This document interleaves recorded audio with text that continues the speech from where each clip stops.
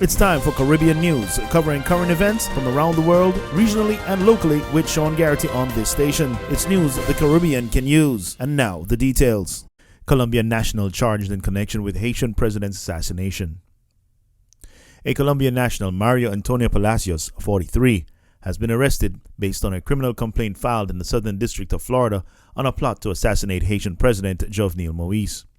The Department of Justice in a statement said that Palacios has been charged with conspiracy to commit murder or kidnapping outside the United States and providing material support resulting in death, knowing or intending that such material would be used to prepare for or carry out the conspiracy to kill or kidnap.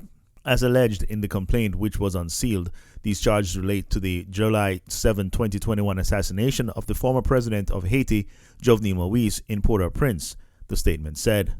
The statement said that the complaint is also alleging that while the plot initially focused on conducting a kidnapping of the president as part of a purported arrest operation, it ultimately resulted in a plot to kill the Haitian president. Co-conspirator number 1, a dual Haitian-American citizen, was subsequently arrested by Haitian authorities and remains in custody in Haiti. Palacios eluded arrest and traveled to Jamaica. The Department of Justice said that if convicted of the charges in the complaint, Palacios faces a maximum sentence of life imprisonment.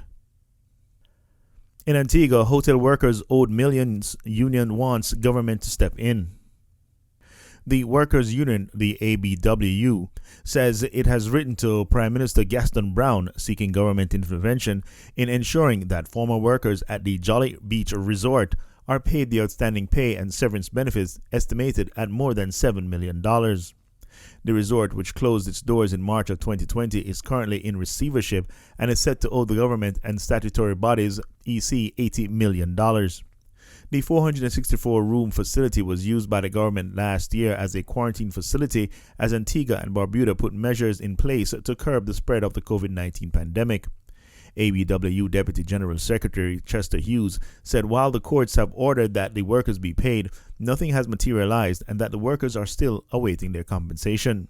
Prime Minister Brown's Chief of Staff Lionel Hurst said there was no doubt the Prime Minister would meet with the union.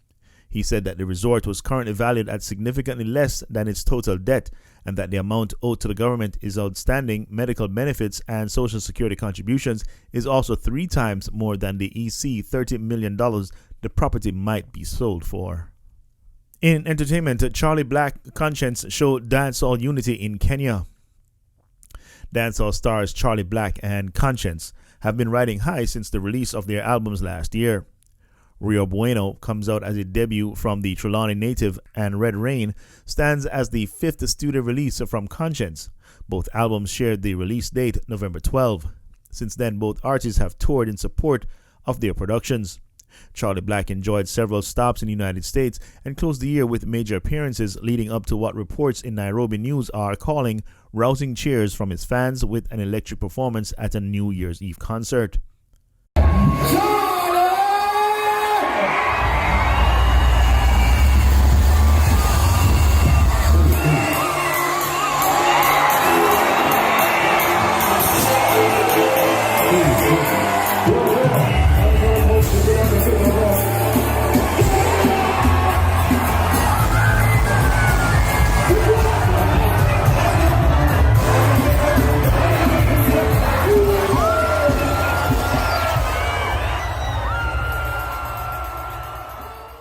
In business, Samsung set for record Q4 profit, says analysts. Samsung Electronics is likely to post a record Q4 profit thanks to solid demand for server memory chips and higher margins in contract manufacturing, analyst estimates showed. Francis Maguire reports for Reuters. Samsung is likely to post a record profit in the Q4. Analysts project the smartphone maker could have hit $12.7 billion profit in the quarter ended December. That would be up almost 70% on the year and a record Q4 number for the South Korean company. Forecasters believe a strong demand for memory chips from companies like Amazon and Microsoft could be key. Analysts also said Samsung's chip contract manufacturing business has sharply improved profitability from the previous quarter. They project profit there is likely more than double last year's number at $8 billion.